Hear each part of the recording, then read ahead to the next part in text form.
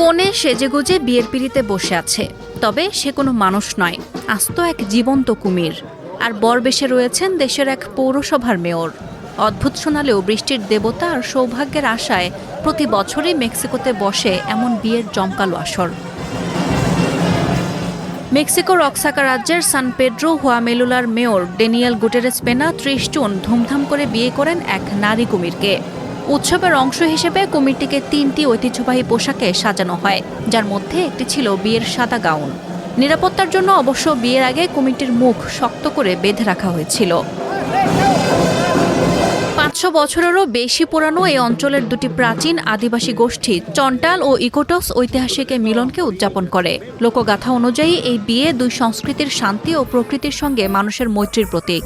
এই আচারের মাধ্যমে স্থানীয়রা বৃষ্টি, বেশি ফসল এবং নদী ও সমুদ্রে প্রচুর মাছ পাওয়ার প্রার্থনা করেন।